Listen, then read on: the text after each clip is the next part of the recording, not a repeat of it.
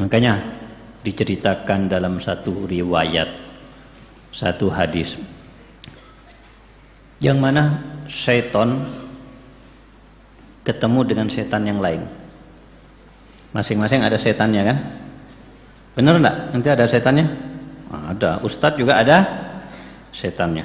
Ada setan sini. Seperti sebagaimana ada malaikat juga ada setan. Kalau malaikat membisikkan bisikan yang, kalau setan membisikkan bisikan yang buruk.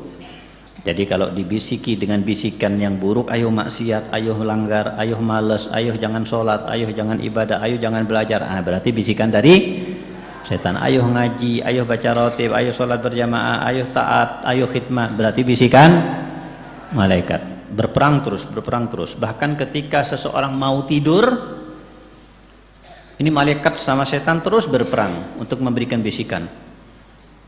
Malaikat mengatakan ikhtimhu bi khair, setan mengatakan ikhtimhu bi syarr.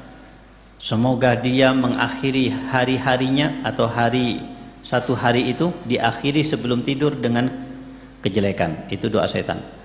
Malaikat mendoakan dengan baik, semoga diakhiri sebelum tidur dengan akhir yang baik. Terus berperang.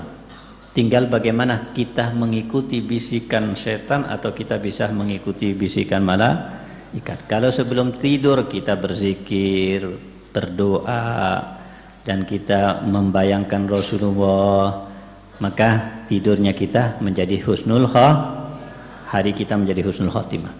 Tapi kalau kita sebelum tidur kita main HP, kita nonton yang tidak baik sampai tidur, harinya diakhiri dengan su'ul khotimah. Jelas? Nah, itu berperang setiap mau tidur. Nah, ini setan ketemu dengan setan yang lain. Kemudian berbincang-bincang antara dua setan itu.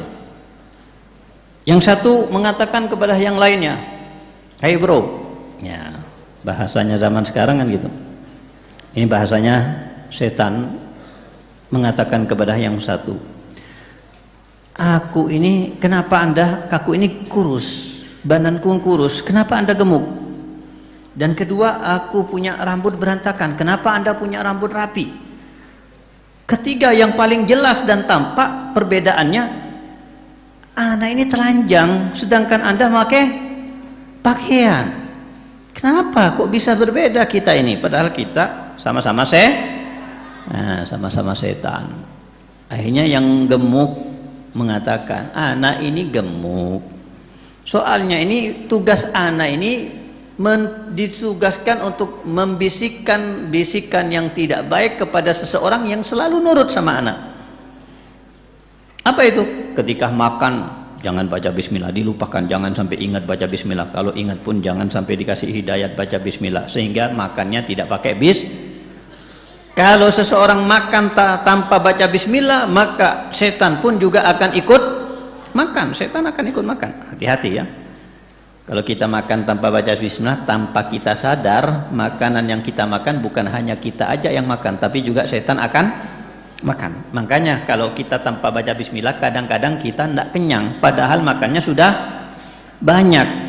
Berarti sebabnya tidak baca bismillah. Kenapa? Padahal makannya banyak, karena setan ikut makan itu. Bukan Anda sendiri yang makan, tapi setan juga ikut makan. Nah, kalau kepingin berkah, makan sedikit kenyang, baca bismillah. Ini setannya, orang yang ditugasi untuk dijaga selalu tidak baca bismillah, ikut makan. Anak punya rambut rapi, kenapa? Ketika orang yang anak jaga ini menyisir rambutnya tidak baca bismillah, maka aku ikut juga bisa menyisir rambut anak, sisir. Dan juga anak bisa pakai pakaian.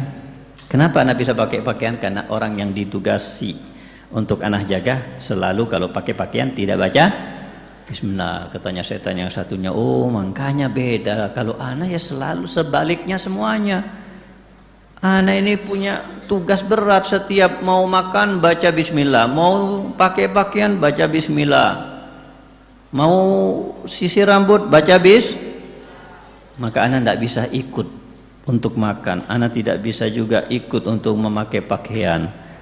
Maka akhirnya beginilah perbedaannya. Nah, ini cerita yang diceritakan dalam riwayat yang jelas-jelas itu adalah suatu yang sungguh-sungguh dan benar-benar bukan hanya dongeng dari awal sampai akhir. Oleh karena itu jangan sampai kita terbiasa makan tanpa baca bismillah. Semua orang tahu, semua orang Islam tahu baca bismillah sebelum makan hukumnya sunnah, tapi tidak semuanya mengamalkan.